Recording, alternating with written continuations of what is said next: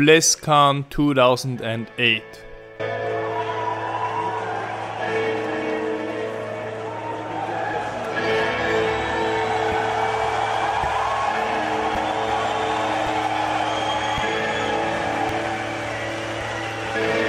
Blizzard announced Diablo 3 and the atmosphere was amazing. Everyone was hyped for the game and looking forward to the continuation of the Diablo series. 2 years later, the first gameplay trailers were shown. The game used to be very different back then, focusing on a dark environment and fast-paced gameplay. For instance, dungeons had objects like ladders that could be used to navigate through the zone, customizable skill trees, cutscenes with our beloved Deckard Cain. Cain, you still live. Ah, there you are. The writings in this place are incredible. Come, stay a while and... It is time for shedding our enemy's blood, not idle talk. No one ever listens. And the original version of the Siegebreaker fight. All things that unfortunately didn't make it to the final version of the game. At BlizzCon 2010, players were able to test the arena system. The feedback from the players was excellent, and looking at those clips, I wish that I would have been able to just try out arena at least once in my life. In late 2013, the Diablo 3 beta was available. It included content up to the Skeleton King. Some players, like members of the professional gaming team, Team No Life, played this very limited version hundreds of hours to prepare for the launch and get to know every little detail of the game. In the end, the group even managed to kill the Skeleton King with fully naked level 1 characters due to great coordination and optimizing their gameplay. The beta was very well received and people were extremely hyped for the game. A bit too much, according to Bashiok, Diablo's community manager at that time. He recommended Blizzard fans to stop thinking about how awesome the game could be and to lower expectations. With good cause, as players experienced at launch. The first few days of the game release were a disaster. Far more people than anticipated purchased Diablo 3, and Blizzard couldn't handle the huge influx on their servers.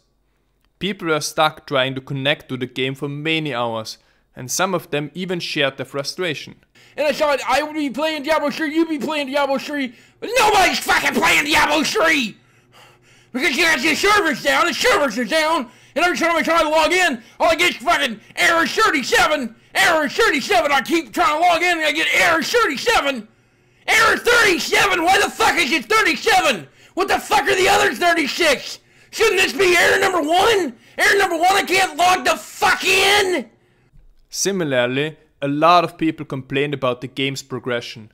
The old Inferno was built that you needed gear from Act 3 and 4 to be able to make it through Act 1 and 2, so often the auction house was the only way to progress in the game. The strategy used back then was hit and run from the one-shotting mobs, as demonstrated here.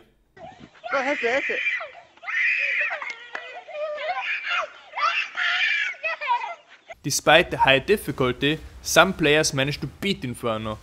Many of them abused bugs, like the Invincible Wizard exploit or the J. Wilson exploit to make it through the game. However, there were also some good things. Crip and Crippy made the impossible possible and achieved the world first Inferno hardcore Diablo kill, 1 day before the first nerf of the original Inferno difficulty hit the servers. Another big thing in Diablo 3 used to be the auction house. The auction house launched with several bugs. In the original version, you weren't supposed to cancel auctions. However, through changing the time on the Windows clock on the PC, players were able to cancel the auctions anyway. Players also made use of rollback duping. At one time, the Asian auction house listed over 20 copies of an incredible Manticore. The auction house was very lucrative for both item flippers, who used to buy items cheap and sell them for a higher price, Blizzard, and players who got very lucky with drops. The world best Echoing Fury was sold for an insane amount of $7,500, before it became completely worthless a few months later. Blizzard constantly improved the game.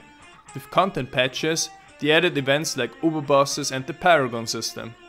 Many people tried to be the world first level 100 Paragon, but it was the barbarian Alcazar who managed to create a large gap between himself and the second place and claimed the title of the world first Paragon 100. He did it by inventing the Alcazar run, a special combination of high experience zones that gave him twice the XP of other players, who were mostly doing full act clears at that point of time. In early 2013, game director Jay Wilson stepped down, moving on to work on other projects of Blizzard. The removal of many things from the early alpha versions of the game, the inability to get the PvP arena mode working, and the famous quote, "That loser," about Diablo franchise creator David Brevik caused the community to see him in a very critical light. 1 year later, Reaper of Souls got released, and the game improved a lot. Seasons, greater rifts, legendary gems, and more were added to the game, and in combination with the removal of the auction house, many players are now enjoying the new version of Diablo. Nevertheless, new content updates and the next expansion will be important for the direction and future success of the game, and to make sure that Diablo is utilizing the amazing gameplay engine and core features to its fullest extent.